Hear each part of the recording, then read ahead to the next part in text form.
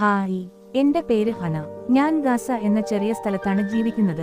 Mediterranean കടലിന്റെ തീരത്ത്. എനിക്ക് 12 വയസ്സ് മാത്രമേ ഉള്ളൂ.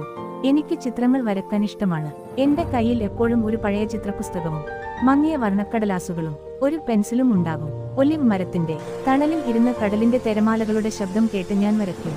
നീല ആകാശവും പറക്കുന്ന പക്ഷികളും സ്വതന്ത്രമായ ഒരു ലോകം. എന്റെ അച്ഛൻ മീൻപിടുത്തക്കാരനാണ്. പക്ഷേ കടലിലേക്കുള്ള വഴികൾ അടച്ചതുകൊണ്ട് അദ്ദേഹം പലപ്പോഴും വീട്ടിൽ തന്നെയായിരിക്കും.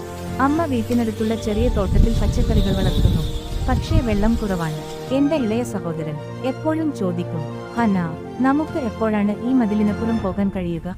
ഞങ്ങളുടെ ഗ്രാമം ചുറ്റിമതിലുകളുണ്ട്, അത് കടക്കാൻ പറ്റില്ല. യുദ്ധവിമാനങ്ങൾ എപ്പോഴും പറക്കുന്നത് കാണാം, ബോംബുകൾ വീഴുന്ന ശബ്ദം കേൾക്കാം. ഒരുപാട് പേടിയാകും. പക്ഷേ ഞാൻ സ്വപ്നം കാണുന്നത് നിർത്തിയിട്ടില്ല. ഒരു ദിവസം ഞങ്ങളുടെ വീട്ടിനടുത്ത് വലിയൊരു ബോംബ് വീണു. ഞങ്ങളുടെ വീടിന്റെ ഒരു ഭാഗം തകർന്നു. എന്റെ ചിത്രപുസ്തകവും അവശിഷ്ടങ്ങൾക്കിടയിൽ നഷ്ടമായി. എന്നാൽ ഞാൻ കരഞ്ഞില്ല. ഞാൻ പുതിയൊരു കടലാസ് എടുത്ത് വീണ്ടും വരച്ചു. മതിലുകളില്ലാത്ത ഗാസ, എല്ലാവർക്കും സമാധാനത്തോടെ ജീവിക്കാൻ കഴിയുന്ന ഒരു ലോകം.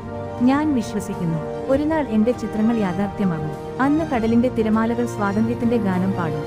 ഞാനും യൂസുഫും ആ കടലിൽ കാൽമുട്ട് വരെ ഇറങ്ങി നിൽക്കും, ചിരിച്ചുകൊണ്ട് കളിക്കും.